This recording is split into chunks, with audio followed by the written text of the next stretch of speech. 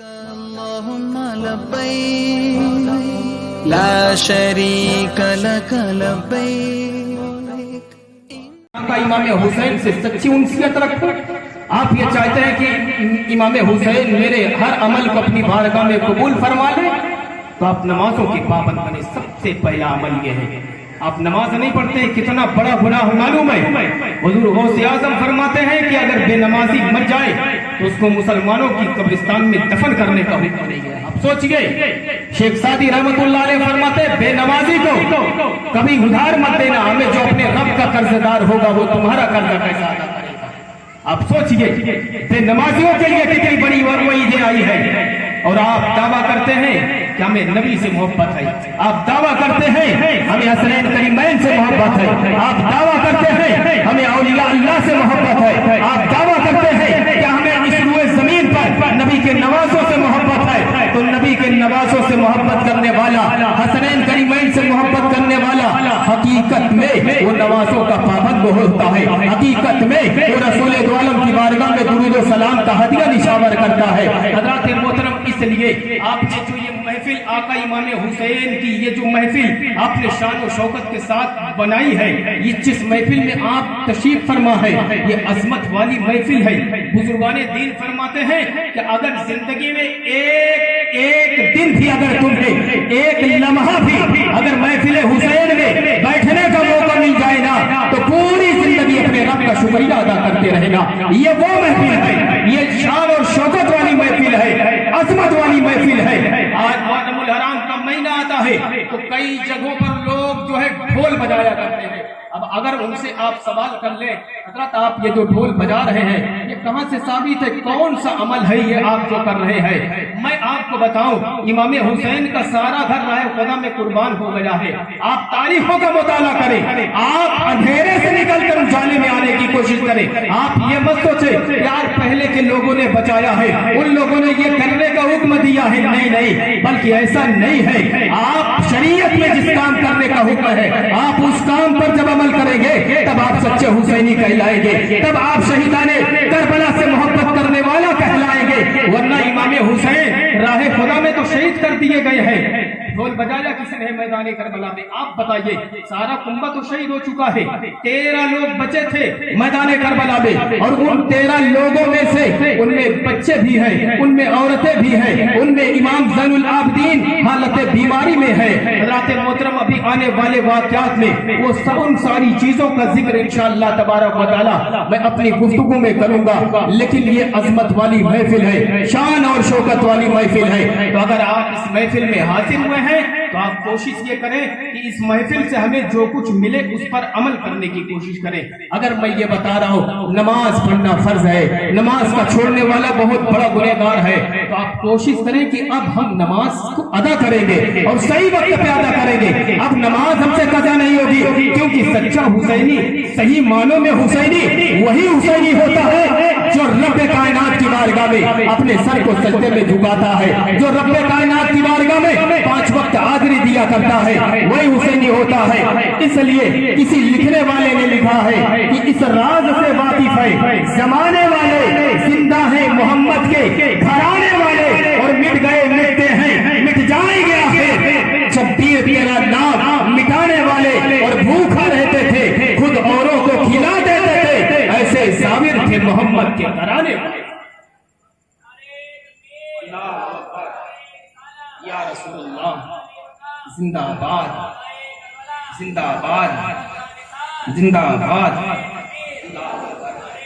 یا رسول اللہ. تو حضرات محترم اس پر عمل کرنے کی کوشش کیجئے گا. اور جب آپ عمل کے دائرے میں آ جائیں گے, جب آپ عمل کرنے لگیں گے, صحابہ کرام جب اپنے بچوں کو بولنا سکھاتے تھے نا تو سب سے پہلا لفظ کیا ہوتا ہے؟